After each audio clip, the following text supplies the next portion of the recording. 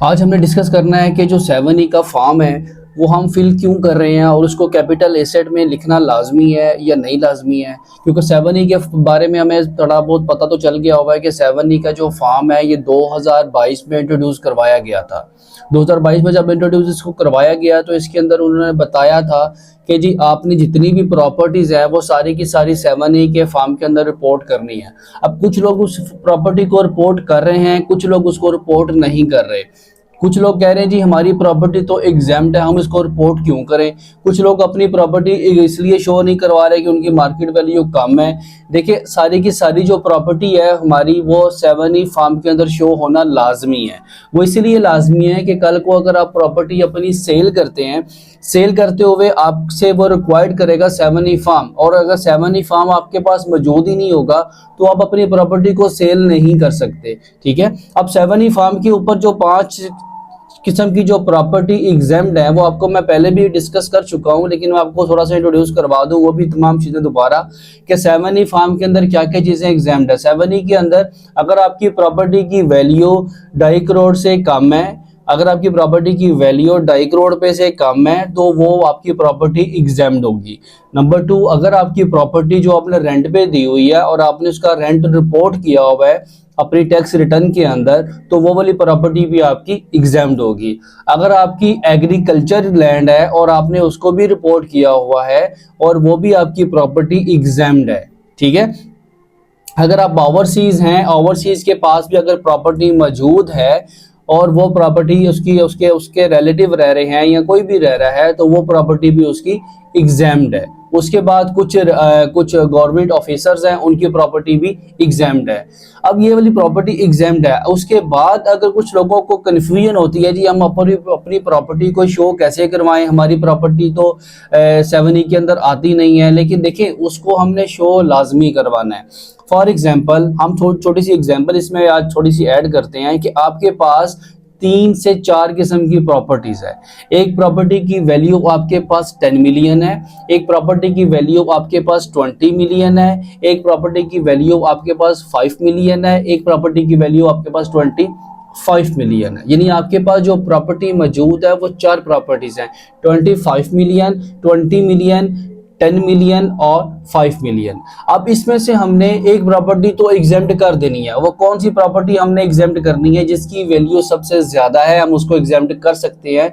हम इस सूरत में एग्जाम्प्ट कर सकते हैं कि उस प्रॉपर्टी को हम लोग खुद यूज कर रहे हैं, हम उसमें रह रहे हैं, वो हमारी रहाइश है। ठीक है, वो प्रॉपर्टी हमारी उसके अंदर आ जाएगी। हम 25 मिलियन वाली जो प्रॉपर्टी है उसको उसमें से निकाल देते हैं। ठीक है, उसके बाद बाकी हमारे पास बची 10 मिलियन, 20 मिलियन और 5 मिलियन। अब इसमें से हम देखते हैं कि जो 20 मिलियन वाली प्रॉपर्टी है इसकी जो प्रॉपर्टी को हमने रेंट पे दिया हुआ है और ये वाली जो प्रॉपर्टी है ये भी हमारा जो रेंट है वो प्रॉपर्टी टैक्स इनकम टैक्स के अंदर रेंट आउट है। आप इसको भी एग्जाम्प्ट कर सकते हैं क्योंकि आपने जो इसका रेंट है वो अपनी प्रॉपर्टी का वो अपनी इनकम टैक्स रिटर्न के अंदर रिपोर्ट किया हुआ है, तो वो प्रॉपर्टी भी आपकी एग्जाम्प्ट हो जाएगी। पीछे आपके बची 10 मिलियन और 5 मिलियन, दोनों को मिला के 15 मिलियन। अब आप कहेंगे जी 15 मिलियन जो हमारे पास प्रॉपर्टी बच गई है हम इसको तो रिपोर्ट नहीं कराएंगे क्योंकि हमारी जो प्रॉपर्टी है वो 25 मिलियन से कम है। ऐसा नहीं करना, क्योंकि 25 मिलियन से कम है या नहीं है उसको रिपोर्ट लाजमी करवाना है। ठीक है, अब देखिए पीछे बचा 10 और 5, टोटल 15 मिलियन। अब 15 मिलियन के अंदर आपके पास जो प्रॉपर्टी की वैल्यू है कल को वो प्रॉपर्टी सेल भी तो करेंगे ना। सेल करते हुए आपको पता है कि आपने 236C टैक्स पे करना है। ठीक है, जो कि फाइलर के लिए 4.5 है, जो कि पहले 3% था, यानी आपने वो पे करना है। अब उसके ऊपर फिर आपको 1% पे करना पड़ जाएगा अगर आपके पास 7E का फॉर्म नहीं होता। 7E का फॉर्म इसलिए जरूरी है, 7E का फॉर्म आपका तब निकलेगा जब आप ये 2 प्रॉपर्टी आपकी 10 मिलियन और 5 मिलियन उसके अंदर रिपोर्ट करेंगे। अब उसको रिपोर्ट करने का जो तरीका है वो मैं आपको आज बताऊंगा कि आपने उसको रिपोर्ट किस ऑप्शन में जाना है और कहाँ पे जाके आपने कौन सी ऑप्शन सेलेक्ट करनी है, वो तमाम चीजें आपको आज मैं बताऊंगा प्रैक्टिकल करके, तो आपको पता चल जाए कि आपने अपनी जो प्रॉपर्टी है वो लाजमी अपने 7E फॉर्म के अंदर क्लोज करनी है। ठीक है, अगर आप उसको अगर ऐड नहीं करेंगे उस प्रॉपर्टी को तो कल को आपके लिए प्रॉब्लम आ सकती है। ठीक है, और एक प्रॉपर्टी और भी एग्जाम्प्ट है, वो कौन सी प्रॉपर्टी है? जिसके अंदर आप बिजनेस कर रहे हैं। आप जो प्रॉपर्टी है आपकी है आपके पास मौजूद है, उसके ऊपर आप बिजनेस कर रहे हैं, वो भी और उस बिजनेस इनकम आपके इनकम टैक्स के अंदर रिपोर्ट है, आप उसको भी एग्जेम्प्ट कर सकते हैं। ठीक है, अब पीछे हमारे पास जो दो प्रॉपर्टीज बच गई हैं 10 और 5 मिलियन, अब इसको भी हमने रिपोर्ट लाजमी करना है और अलग अलग शक्ल के अंदर करना है। ऐसा नहीं कि दोनों को मर्ज करके आपने कर देना है, दोनों को अलग अलग आपने उसको ऐड करना है। और ऐड करने का जो तरीका कार है वो मैं आपको सारा अभी डिटेल में बताता हूँ, ताकि आपको पता चल जाए कि 7E का जो फॉर्म है उसको मिस नहीं करना। क्योंकि इसका देखें डिसीजन हाई कोर्ट का भी आया हुआ है, सिंध का भी आया हुआ है, इस्लामाबाद का भी आया हुआ है, पेशावर का भी इसका कोर्ट का डिसीजन आया हुआ है। लेकिन अभी जो सारे के सारे जो डिसीजन है वो हमारे चैलेंज हो रहे हैं सुप्रीम कोर्ट के अंदर, यानी हम उसके तरफ पेंडिंग है। जब सुप्रीम कोर्ट से हमें ऑर्डर आ जाएगा तब तक हमें इसको रिपोर्ट करना है। ठीक है, क्योंकि अगर जब तक वहां से हमें ऑर्डर नहीं आ जाता तब तक हम इसको स्किप नहीं कर सकते। अब कुछ लोग इसको ऐड कर रहे हैं, कुछ लोग उसको ऐड नहीं कर रहे। जो तो ऐड कर रहे हैं उनके लिए तो इशू नहीं है, जो ऐड नहीं कर रहे उनके लिए इशू है। अगर आप नोट करें तो आपके अगर दोस्त अहबाब है उनको भी ये प्रॉब्लम आती होगी कि जब वो प्रॉपर्टी अपनी सेल करते होंगे, उनको सेल करते हुए 7E का फॉर्म रिक्वायर्ड करते होंगे, और वो 7E का फॉर्म उन्होंने कभी देखा भी नहीं होगा, ना उनको पता होगा। लेकिन अब आपके पास टाइम है 30/6/2025 तक का कि आप उसको ऐड कर लें, अपने रिटर्न के अंदर ऐड कर लें, ताकि आपकी जो रिटर्न है उसके अंदर जब ये प्रॉपर्टी ऐड हो जाएगी, जो आप 2025 की रिटर्न फाइल कर रहे हैं, कल को आप अपनी प्रॉपर्टी 2026 में जाके सेल करते हैं तो आपके पास 7E की जो ऑप्शन है वो मौजूद हो। आप आराम से अपनी रिटर्न खोलें, रिटर्न खोलने के बाद आपके पास एक कैपिटल एसेट आएगा, वहां पे जाके अपनी प्रॉपर्टी जो आप सेल कर रहे हैं वहां पे जाके उस पे प्रिंट आउट पे क्लिक करें, आपका 7E का फॉर्म निकल आएगा। ठीक है, बहुत इजी है 7E का फॉर्म। लेकिन वो छोटी सी अगर एक्टिविटी आप कर लेंगे तो आपको 1% टैक्स आपका बच जाएगा। लेकिन अगर आप ये 7E का फॉर्म नहीं देते हैं तो आपको या तो अपना 7E का फॉर्म निकलवाना पड़ेगा या आपको 1% उसका पे करना पड़ेगा। तो जब पे करेंगे तो फायदा कोई नहीं है कि 10 मिलियन का 1% आप निकाल लेंगे तो आपके पास तो काफी ज्यादा आपका एक्सपेंस हो जाएगा। या 20 मिलियन की प्रॉपर्टी अगर आपकी सेल आउट होती है उसके ऊपर भी आपको एक्सपेंस पे करना पड़ जाएगा। तो बेहतर यही है कि आप अपना 7E का जो फॉर्म है उसको लाजमी रिपोर्ट करें, उसके अंदर तमाम एसेट्स अपने ऐड करें ताकि आपको कल को प्रॉब्लम ना आए। आइए आपको मैं दिखाता हूं कि आपने 7E का जो फॉर्म है उसको आपने कैसे आपने ऐड करनी है, अपनी प्रॉपर्टी उसके अंदर कैसे लेके आनी है और कौन कौन सी ऑप्शन आपने उसके अंदर सेलेक्ट करनी है। ठीक है, अच्छा जी, मैं आपको बताना चाह रहा हूँ कि जो प्रॉपर्टी आपने शो करवानी है कैपिटल एसेट के अंदर, वो आपको दिखाता हूँ कि आपने उसको कैसे शो करवाना है। ये आपके पास एक फॉर्मेट आ गया हुआ है, इनकम टैक्स रिटर्न का फॉर्म आपके सामने है।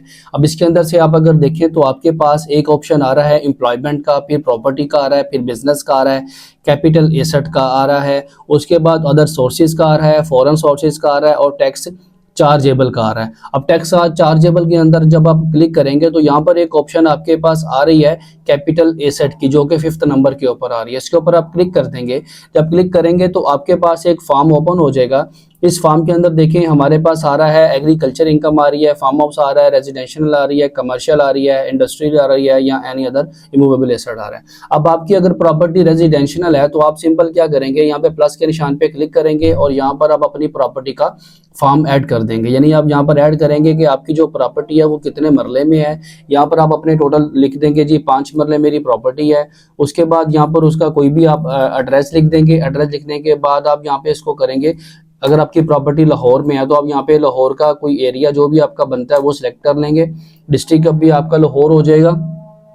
और उसके बाद आप देखिए कि यहाँ पर वो बता रहा है कि आपकी प्रॉपर्टी जो सी है वो एग्जाम्प्ट है। आप बिल्कुल आप जहाँ पे करेंगे एग्जाम्प्ट, यस पे आप क्लिक कर देंगे तो उसके बाद आपके पास ऑप्शन आ जाएगी। नीचे वो रीजन पूछेगा जी बताएं जी आपकी जो प्रॉपर्टी है वो आपकी क्यों एग्जाम्प्ट है। अब सबसे पहले देखिए आपके पास आ रहा है एग्जाम्प्ट एंड स्लैश डाल के स्टे ग्रांटेड बाय कोर्ट। लेकिन आपको मैं थोड़ा सा बताता चलूं कि पहले इधर एक ऑप्शन आती थी एनी अदर की। एनी अदर के अंदर क्या होता था कि आपकी कोई प्रॉपर्टी जब एग्जाम्प्ट होती थी आप एनी अदर की ऑप्शन सेलेक्ट कर लेते थे तो आपके लिए इजी था। लेकिन अब यहाँ पर ना उन्होंने एनी अदर की जो ऑप्शन है वो खत्म कर दी हुई है। अब आपकी जो प्रॉपर्टी जो आपके पर्सनल यूज के अंदर है उसके अंदर आप एक ऑप्शन सेलेक्ट करते हैं जो कि 2nd नंबर पर आ रही है, one capital asset self owned by the tax payer.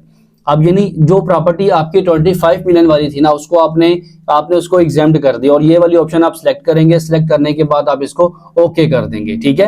Okay कर देंगे तो ये प्रॉपर्टी आपकी एग्जाम्प्ट होगी। हम इस टाइम डिस्कस कर रहे हैं कि 5 मिलियन वाली और 10 मिलियन वाली, क्योंकि वो प्रॉपर्टी हमारी 25 मिलियन से कम है और हमने देखना है कि हम उसको शो कैसे करवाएं। उसको शो करवाने का तरीकाकार ही हम देख रहे हैं। उसको हम जब लिखेंगे, सारा एरिया लिख लिया, प्रॉपर उसका एड्रेस लिखने के बाद यहाँ पर एक ऑप्शन ऊपर आ रही है exempt and stay granted by court. देखिए, अगर आपकी प्रॉपर्टी का कोई स्टे चल रहा है या आपने कोई स्टे लिया हुआ है तब भी आप ऑप्शन ये वाली सिलेक्ट कर सकते हैं।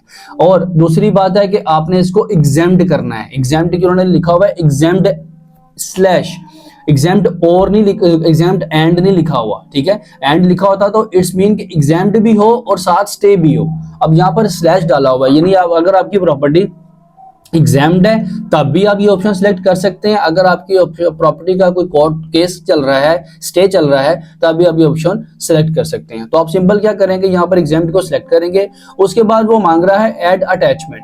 ऐड अटैचमेंट के ऊपर जब आप क्लिक करेंगे तो यहाँ पे आपसे वो डिफरेंट चीजें मांगेगा जी। डिफरेंट चीजें से मुराद है कि कोई फाइल मांग रहा है। आप सिंपल क्या करें, वर्ल्ड की फाइल पकड़ें, वर्ल्ड की फाइल में जाकर प्रॉपर्टी का एड्रेस लिखें, प्रॉपर्टी की सारी मेजरमेंट लिखें, ठीक है। प्रॉपर्टी कितने मरले की है, कितने कनाल की है वो लिखें। उसके बाद लिखें एग्जाम्ड है किसकी वजह से, जी इसकी जो वैल्यू है 25 मिलियन से कम है, इसलिए ये एग्जाम्ड है। ये फॉर्म में 3-4 लाइनें लिखें, या अगर आपने कोई भी फॉर्म अपना लिखवाना है आप लिखवा सकते हैं। वो लिखवाने के बाद यहाँ पे इसकी अटैचमेंट कर दें। अगर अटैचमेंट नहीं भी करेंगे तो कोई इश्यू नहीं है इसके लिए, ठीक है। वो आपने कर दी। उसके बाद आपने यहाँ पर इस प्रॉपर्टी को लिख देना है कंस्ट्रक्टेड है, यानी ये प्रॉपर्टी कंस्ट्रक्टेड है जो आप एग्जाम्प्ट कर रहे हैं, ठीक है ना। अगर कोई भी है तो आप यहाँ पे इसको यस कर देंगे। यस करने के बाद इसको सबमिट कर देंगे, देन आपकी प्रॉपर्टी यहाँ पे रिपोर्ट हो जाएगी। इसी तरह आपने हर प्रॉपर्टी को 1 बाय 1 यहाँ पर ऐड करना है। वो सारी प्रॉपर्टीज आपकी यहाँ पर ऐड हो जाएगी। जब आप उसको ऐड कर देंगे, मैं आपको एक चीज ऐड करके थोड़ा सा दिखा देता हूँ। मैंने इसको यस किया। अच्छा, यहाँ पर एक चीज वो पूछ रहा है कवर एरिया, यानी आपकी प्रॉपर्टी ऊपर थी 5 मरले की, वो पूछ रहा है कितनी प्रॉपर्टी आपकी कवर्ड है। तो आप यहाँ पे लिख देंगे जी 4 मरला समथिंग आपका जो है वो कवर्ड है इसके अंदर, ठीक है। ये भी आपने लाजमी लिखना है। ये आपने एरिया लिखने के बाद आपने यहाँ पर क्लिक कर देना। सबमिट कर दिया तो अब आपके सामने देखें यहाँ पर ये प्रॉपर्टी मेरी ऐड हो गई है, दातागंज बख्श रोड, जो भी मैंने लिखा सिलेक्ट ऑप्शन सिलेक्ट की थी मैंने, ठीक है। अब यहाँ पर हम देखें हमारे पास 3 ऑप्शंस आ गए। अब जब इसको हमने रिपोर्ट कर दिया, इसी तरह जब आप 5, 3, 4, 5, 10 जितनी भी प्रॉपर्टीज आप ऐड करना चाहते हैं वो प्रॉपर्टीज आप यहाँ पर ऐड करें। और कल को जब आप अपना 7 ही फॉर्म निकालेंगे तो इसी जगह पर वापस आएंगे। यहाँ पर एक ऑप्शन आ रही होगी प्रिंट की, ठीक है। प्रिंट की ऑप्शन आएगी, वहां पे प्रिंट पे क्लिक करो, आपका 7 का जो फॉर्म है वो निकल आएगा। उसके अंदर आपकी तमाम प्रॉपर्टी की डिटेल आ जाएगी और आप 1% से बच जाएंगे। ऐसा नहीं है कि आपकी प्रॉपर्टी अगर 15 मिलियन है या 15 लाख रुपए की है या 20 लाख रुपए की है या 25 लाख रुपए की है, क्या हम उसको रिपोर्ट करें? बिल्कुल आपने रिपोर्ट करनी है, आपने इसको बिल्कुल स्किप नहीं करना, ठीक है।